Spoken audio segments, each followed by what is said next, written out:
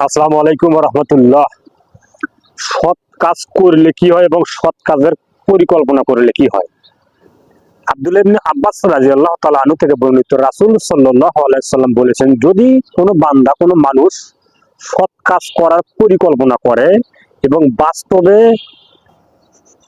করলো, তাহলে আল্লাহ রাসূল সাল্লাল্লাহু আলাইহি সাল্লাম বলেছেন তার জন্য পূর্ণ লেখা হয়, 10 গুণ থেকে 700 গুণ এবং বহু গুণ লেখা হয়।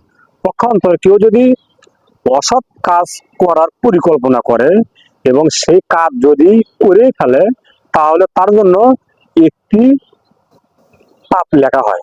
সম্মানিত উপস্থিতি, আমি আপনাকে বলতে চাচ্ছিলাম, সৎ কাজ আপনি করতে চাচ্ছেন বা করবেন, করতে পারেননি, তাহলে আপনার জন্য একটা নেকি লেখা হয়, এবং যদি করেন তাহলে আপনার 10 গুণ, বহু গুণ, 700 গুণ থেকে বহু গুণ লেখা হয়। আর পক্ষান্তরে যদি পাপ কাজ করেই ফেলেন, তাহলে আপনার জন্য একটি পাপ লেখা হয়।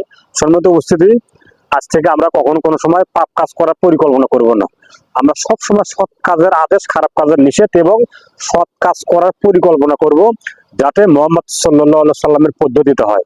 আসসালামু আলাইকুম ওয়া রাহমাতুল্লাহ।